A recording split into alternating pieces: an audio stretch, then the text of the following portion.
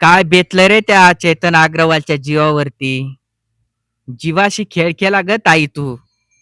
अगं तो मुलगा पसंत नव्हता, तर तू नकार द्यायचा असता ना.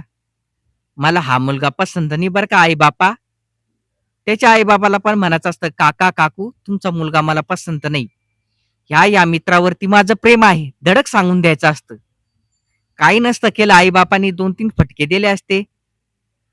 1-2 दिवस ते रागावले असते, नंतर ते शांत झाले असते. त्याच्या आई-बापांनी माफक दरामध्ये खर्च केला, विमानं लावले लग्नासाठी. त्याला पार्टीसाठी तू नेलं. तुझ्या मित्राच्या साहाय्याने त्याला 400 फुटाच्या दरीमध्ये ढकलून दिलं. काय मिळालं गं ताई तुला ढकलून त्याला? म्हणून म्हणतो माझ्या ताईंनो, दादांनो, बायको बघायची तर विचार करून बघा. त्या मुलीला मित्र आहे का? कोणत्या मित्रावरती ती प्रेम करते? हे तुम्ही शहाण अशी चौकशी करायची. त्या मुलीला एकांतात घ्यायचं. "बाई ताई, हे लग्न तुझ्या विरोधात होत आहे का? तुझी इच्छा आहे का माझ्याशी लग्न करण्याची?"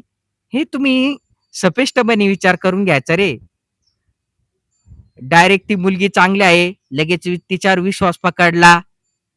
मग पसंत आहे मला ही मुलगी. पण त्या मुलीला तुम्ही पसंत आहे का?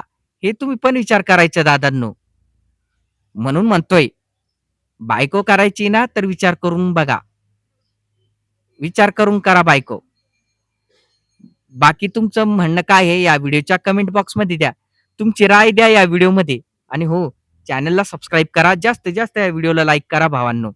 आणि हो, एक गोष्ट तुम्हाला सांगतो, माझ्या ताईंना राग नका येऊ देऊ, माझ्या दादांना सुद्धा राग नका येऊ देऊ. तुम्ही काय म्हणसाल, की भविष्य आमचं आहे आणि तो कोण सांगणारा आमच्या भविष्यातले ढवळाढवळ करणारा कोण आहे, असं तुम्ही म्हणसाल. पण ताई-दादांनो तुमच्या फायद्यासाठी जी गोष्ट आहे ना, ती मी सांगतो. जेणेकरून ती घटना तुमच्या आयुष्यात झाली नाही पाहिजे.